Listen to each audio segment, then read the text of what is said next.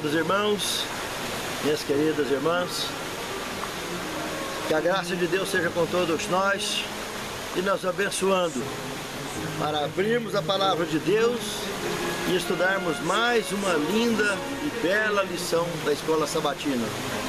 Hoje a lição de número 12 desse trimestre, a ceifa e os ceifeiros. Gostaria de convidá-los para uma palavra de oração. Senhor Deus, muito obrigado por mais essa oportunidade de estudarmos a Tua palavra. Nos abençoe, nos guie durante o estudo da mesma, para que possamos compreender e ter condições nítidas e claras de praticarmos com os Teus ensinos. Te suplicamos essas bênçãos e Te agradecemos, em nome de Jesus. Amém, Senhor. A ceifa e os ceifeiros. Nisto é glorificado meu Pai, em que deis muito fruto, e assim vos tornareis meus discípulos. Ser discípulo do Mestre aqui nessa altura do campeonato, dando muitos frutos, significa verdadeiramente ser um apóstolo neste mundo, seguidor do Mestre e ensinador de outros discípulos, atraindo almas aos pés de Cristo. Só que no contexto da palavra de Deus, dar muito fruto não é moleza não. Em primeiro lugar, porque a árvore que dá muito fruto são as que mais levam pedrada. Só que os frutos caem, tem semente e gera outros frutos. Mas não se esqueça disso. Deu muito fruto, tem pedrada. E um outro pensamento interessante para aqueles que acham que a coisa é moleza, acham que é só dar fruta e quer estar achando que é moleza. Outro pensamento fica aí: árvore cheia de fruto na beira da estrada é sinal de perigo. Pode olhar com atenção que tem caixa de marimbondo.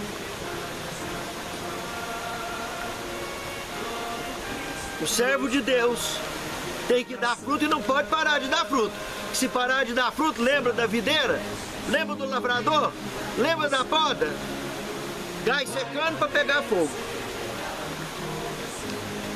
Não tem sossego.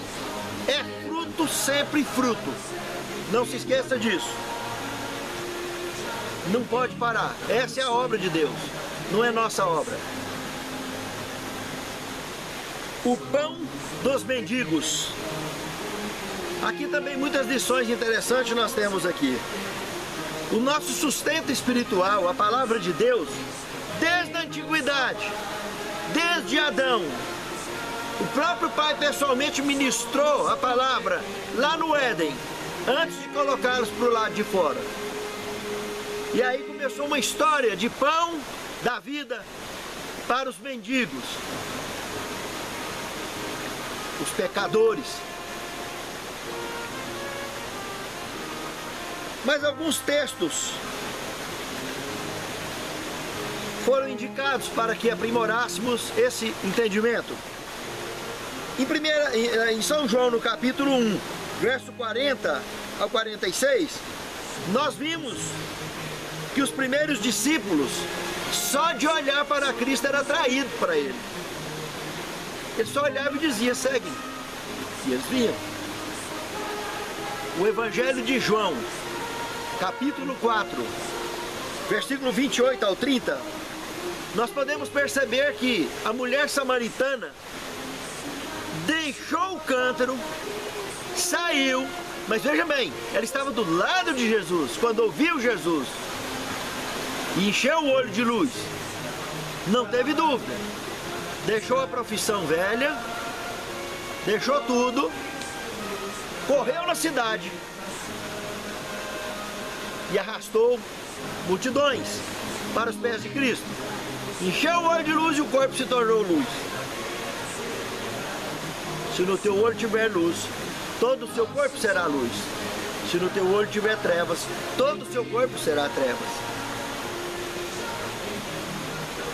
Será que Cristo, através da sua palavra, tem nos atraído a ponto de nos dispormos a buscar multidões aos pés de Cristo? Ou buscamos só um, tá bom, 1, 2, 3, cansou, chega.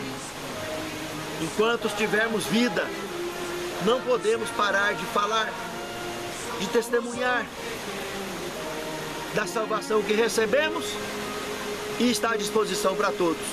Olhando ainda no Evangelho de João, no capítulo 15, do versículo 26 ao 27, nós temos algumas orientações muito interessantes. Primeiro, uma revelação de impacto. Por quê? Cristo está revelando um ícone da onisciência divina que havia sido revelado para ele naquele momento.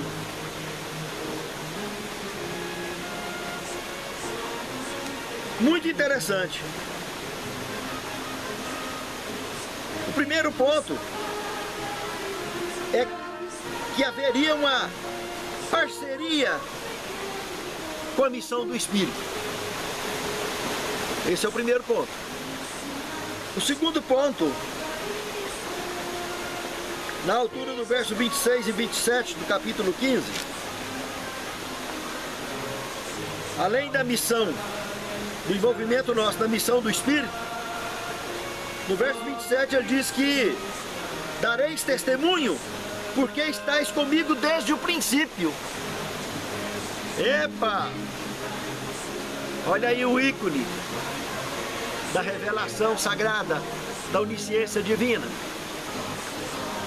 Na onisciência divina, é evidente que Deus sabe quem vai se perder, quem não vai. Quem vai servir em espírito e em verdade, quem não vai. Dos 12 ali, 11 abraçaram, um traiu. Mas Deus já sabia disso, já havia revelado sobre isso. Agora, livre-arbítrio estava lá aberto. Pedro traindo 3 vezes. Ele podia ter evitado trair uma, quanto menos 2 ou 3. Mas não, traiu as 3. E não caiu, levantou. Conseguiu se levantar daquele tombo terrível. Não ficou caído. Se levantou. E se confirmarmos isso, olhando no Evangelho de Lucas, no capítulo 1, do verso 1 ao 4, observe o que está escrito lá. Visto também que muitos têm empreendido fazer uma narração coordenada dos fatos que entre nós se realizaram, segundo nos transmitiram os que desde o princípio foram testemunhas oculares e ministros da palavra, como Adão, Enoque e os profetas, e agora todos aqueles que ali estavam de forma ocular, observando, né? Como o verso 3 diz, também a mim. Depois de haver investigado tudo cuidadosamente desde o começo dessas revelações do que tinha para ele à disposição, Lucas investigou tudo. Pareceu-me bem, ó excelentíssimo Teófilo, escrever-te uma narração em ordem, para que conheças plenamente a verdade das coisas em que foste instruído. Percebeu que Lucas mencionou o princípio e mencionou o começo? O princípio é algo revelado na onisciência, de cunho divino. E o começo das revelações para cá, do que está revelado para nós e os nossos filhos, dos quais Lucas passou a fazer parte. E eu e você também fazemos parte. Por isso temos que investigar sempre, estar baseados na palavra de Deus, para poder viver e evangelizar o mundo ao nosso redor. É incrível a maneira com que o sustento espiritual, o pão dos mendigos na história das Sagradas Escrituras, desde a antiguidade até o Messias e até os nossos dias, não falta para ninguém. Jesus se identificou como o pão da vida, que alimentou a todos no passado, no presente dele, no nosso presente e no nosso futuro, e para todo sempre. No terceiro tema desta lição, quando Jesus recomendou paciência. Meus amados, 2 pontos nós encontramos aqui em Atos, no capítulo 1, do verso 6 ao 8. Quando Jesus recomendou a paciência para cumprir com a vontade de Deus. Tem que ter paciência, não é fácil. Mas olha lá o que está escrito em Atos 1, de 6 a 8. O primeiro ponto, os discípulos queriam saber coisa que não era da conta deles, a respeito do reino, da restauração do reino de Israel, etc. E Jesus respondeu para eles: não vos compete saber os tempos e as épocas que o Pai reservou para sua própria autoridade. É assunto de cunho eterno. Não é para o bico de mortal, não adianta ficar especulando. Segundo ponto, recebereis poder dos altos céus, ao descer sobre vós o Espírito Santo, e estareis habilitados para toda a obra. O terceiro ponto nós encontramos já em Atos 16, de 6 a 10. Aonde o Espírito Santo ali, observem nesse relato de Atos 16, de 6 a 10, o Espírito Santo interferindo na escolha de missão dos apóstolos, até que eles caíssem a ficha e alinhassem a escolha deles com a escolha divina, que é o mais importante. Aí pneu fura, barco some, quebra a vela, naufrágios, etc. Coisa de Deus. Deus sabe o que faz, meus amados. Deus sabe o que faz. E é o melhor sempre que Ele faz para nós, pode ter certeza. E para o mundo ao nosso redor. A escolha divina é que vai alinhar a nossa escolha. Se buscarmos com oração, com fé, Ele nos dirá a missão, a direção certa de tomarmos. Mas se errarmos, o Espírito Santo vai interferir e vai tomar a direção certa. Quarto tema, exercendo autoridade.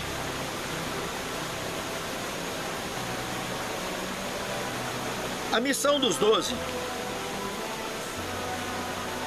se nós observarmos o que está relatado ali no livro de Marcos, capítulo 6, versos 7 a 13, temos o relato da missão dos 12. E se analisarmos com carinho, podemos observar o apostolado cristão em 2 etapas, em 2 fases: o básico e o escatológico. O básico, com a autoridade da palavra de Deus, fé para uma pregação intrépida. Esse é o apostolado básico. Agora o escatológico, que é para a conclusão da pregação do Evangelho, para a finalização, que nós teremos a plenitude do Espírito Santo, a chuva serôdia, um revestimento especial de poder, exceto se tivermos o sopro de Cristo antes dessa chuva, para poder daqui e dali estarmos pela graça e permissão de Deus fazendo milagres. Mas no geral terá a chuva serôdia, que vai dar a plenitude a todos os apóstolos juntos e discípulos juntos. Agora uma coisa é certa: em qualquer circunstância, só pregue e só abençoe aqueles que estiverem dispostos. Isso é fundamental na orientação da missão dos 12, no que está relatado aqui em Marcos, capítulo 6, do verso 7 ao 13. Não atireis vossas pérolas aos porcos, não perca tempo com quem não quer.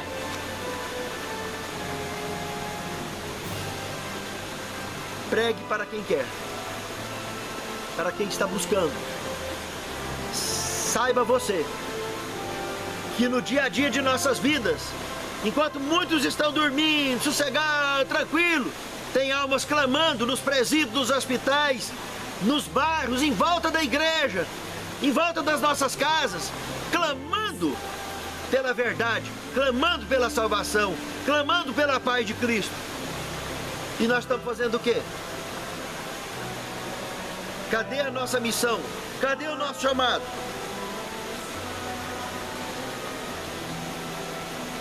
No quinto tema, trabalhadores para a colheita. Ao ver as multidões, teve compaixão delas, porque estavam aflitas e desamparadas, como ovelhas sem pastor.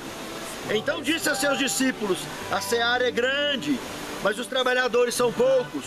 Peçam, pois, ao Senhor da seara que envie trabalhadores para a sua seara. Mateus 9, 36 ao 38. Essa seara, essa grande roça de plantio, que a semente é o Evangelho, é a palavra de Deus. Planta e vai ser colhido. Qual é o plantio? Evangelismo. Qual é a colheita? Batismos. E mais batismos. É a missão da igreja: batizar, perdoar, rebatizar, perdoar, conduzir almas aos pés de Cristo. É lógico, se desonrar o nome de Deus, corta com amor, prepara-os novamente, rebatiza-os. Porque afinal de contas, o único pecado imperdoável é contra o Espírito Santo. E só Deus está habilitado a julgar esse pecado. Nem o mortal está habilitado a isso. Ninguém, nem o mortal foi dado autoridade para ocupar o lugar de Deus.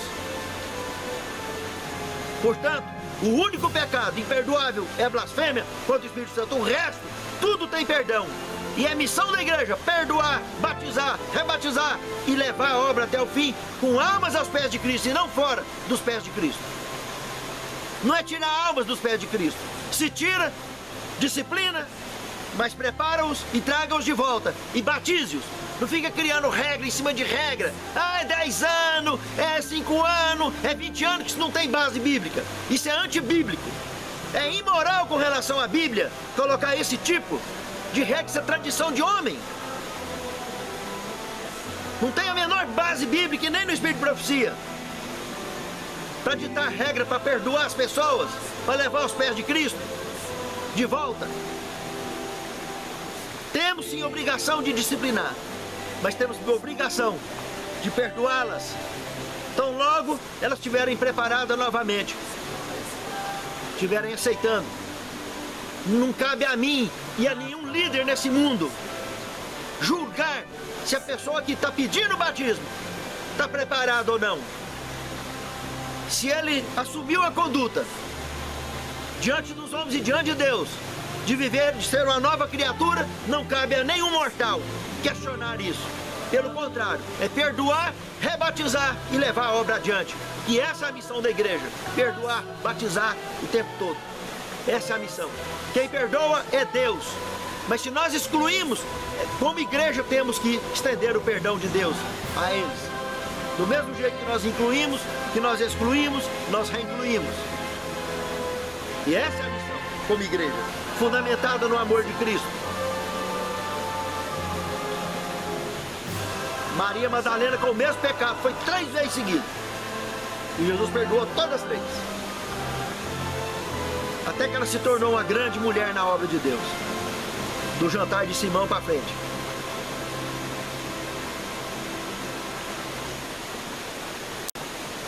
A seara é muito grande. Já é trabalhoso trazer o pouco que se traz.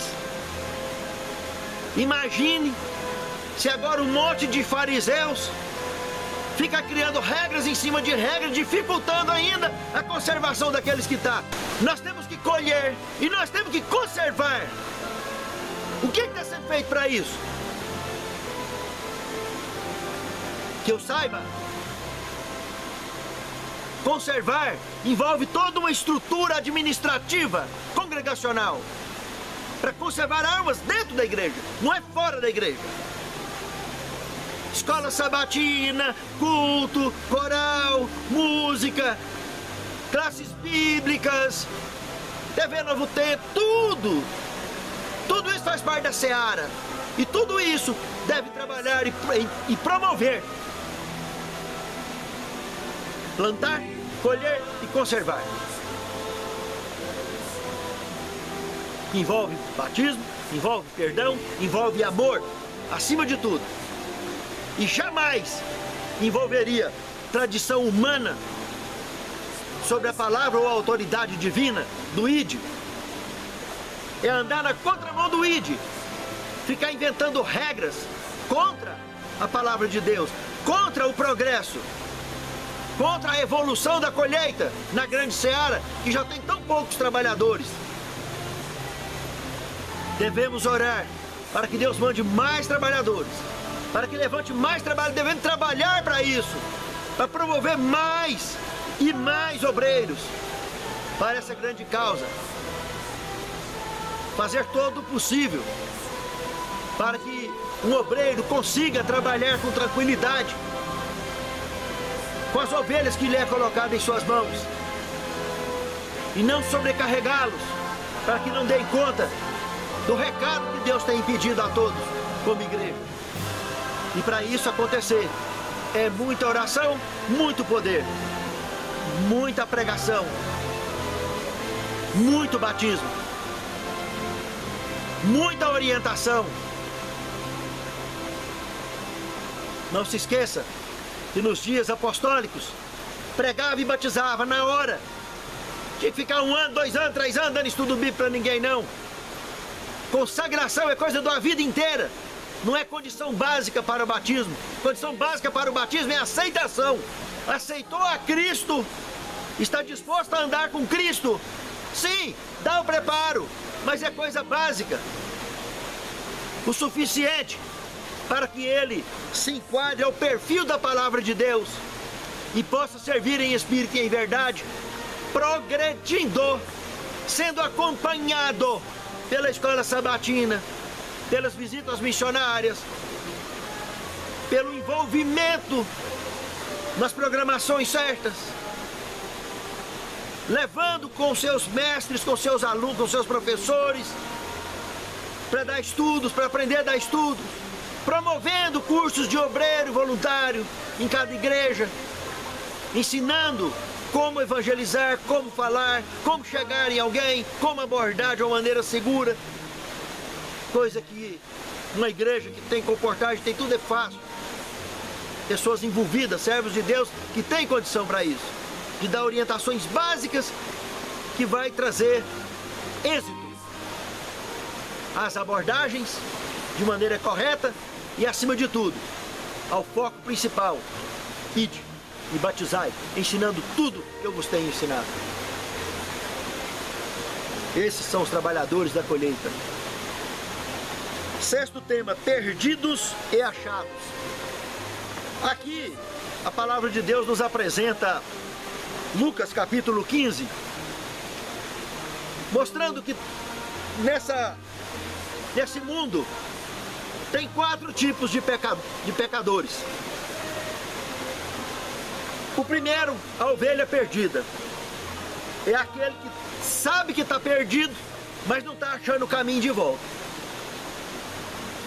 Mas que o dono das ovelhas largou as 99 e foi atrás daquela única que perdeu. A única. Ele foi lá e achou e fez festa no céu. Depois, a segunda ilustração da parábola, a dracma perdida. O pecador que está perdido, mas não sabe que está perdido. E está cheio de gente assim dentro da igreja. Perdidinho, mais do que barato em galinheiro. E não sabe que está perdido. Dentro da igreja perdido. E acha que está salvo. Está total na contramão do ID. E está achando que está salvo. Está perdido. E não sabe que está perdido. A dracma é perdida. Mas assim mesmo, o amor de Deus, o dono das dracmas, foi lá, achou, conscientizou ele caiu a ficha e começou a trabalhar na direção certa, no foco certo. Presta atenção no público que estava em volta, na abertura do capítulo 15. Todos os tipos de pecadores, líderes de igreja, fariseus, saduceus, prostitutas, estava tudo ali em volta. E os 4 pecadores, os 4 tipos de pecador aqui, Jesus conta, mostra um para cada tipo de ouvinte que estava ali. Parece brincadeira. Leia com carinho o Evangelho de Lucas, capítulo 15. O terceiro e o quarto tipo de pecador está numa parábola só, a parábola do filho pródigo. O filho pródigo, o apostatado, de livre e espontânea depressão, de livre e espontânea vontade. O diabo pressionou, ele não aguentou. De livre e espontânea vontade, deixou a fé. De livre e espontânea pressão do pecado, deixou a fé. Pegou o que ele acha que pertencia, o que todo o direito da vida dele, todo o seu livre-arbítrio, e foi se arrebentar no mundo, no mundanismo aberto. Perdição plena.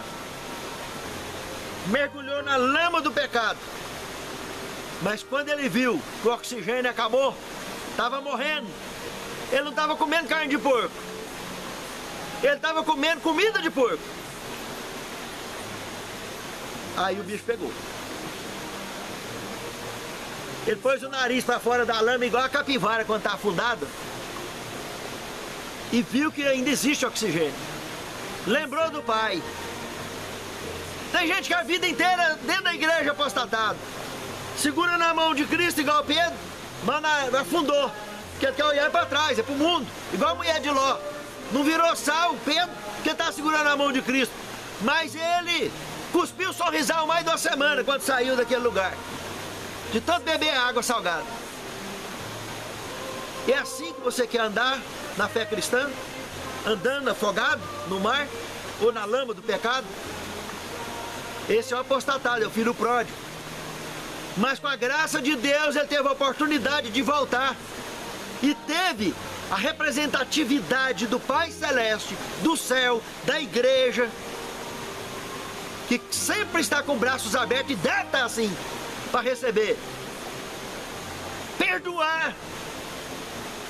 Não é ficar ditando regra para perdoar, não.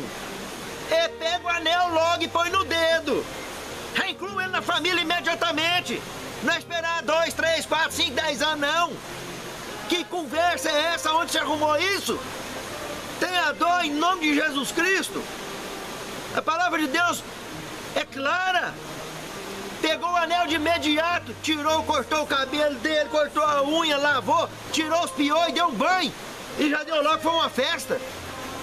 E por que você quer protelar a festa, meu amigo? Meu irmão? Exigindo tempo para que a pessoa recupere do pecado? Esperar ele virar santo? Esperar ele ele brilhar? Igual o rosto de Moisés?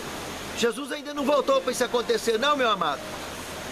Se ele voltou, é fazer a festa e acabou. Não tem conversa, não. A parábola é clara. É uma alegoria, mas para representar a vontade de Deus, que a festa no céu por um pecador que se arrepende. Por outro lado, o filho mais velho representa esses dos 10 anos, que quer ficar forçando, quer ficar arrochando, quer ficar ditando regra. Mas esse camarada acabou com o dinheiro, o pai teve que sentar no chão da calçada para explicar para ele: meu filho, você fica inventando essas regras, isso não faz parte da minha palavra, meu filho. Eu quero que o seu irmão viva eternamente com você que já está aqui comigo, que tudo que é meu já é seu, meu filho. Ele também faz parte disso.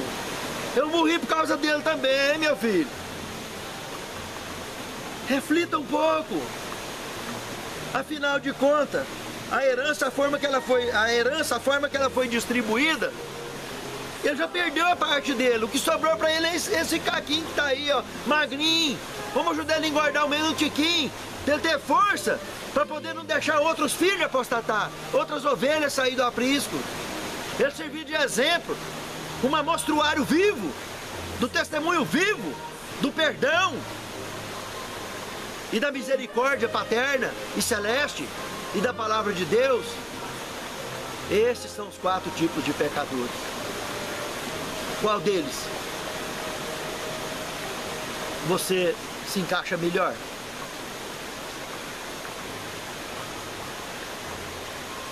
Eu gostaria muito que todos se encaixassem nos braços do Pai. Todos. Porque é a única forma de um pecador ser perdoado e reintegrado à eternidade. Do contrário, está tudo excluído e está tudo perdido. O 7º tema, eu destacaria apenas a última frase aqui do 2º parágrafo do manual, que é um trecho de Atos dos Apóstolos, página 37. Os discípulos compreendiam que o Evangelho deveria ser proclamado ao mundo e reclamavam o poder que Cristo prometera. Você está reclamando? Ou está dormindo, esperando chegar em você? É de joelhos, reclamando esse poder que você irá receber e se tornar um baluarte vivo da pregação do Evangelho, preparando almas para os pés de Cristo. Senhor Deus, encha-nos do Teu poder, da Tua graça e do conhecimento do Teu reino, para fazermos a Tua obra que Tu nos confiastes. Santifica-nos em Tua palavra, porque a Tua palavra é a verdade. E capacita-nos tão somente a praticar e a pregar conforme a Tua vontade. Em nome de Jesus, te pedimos e agradecemos. Amém, Senhor.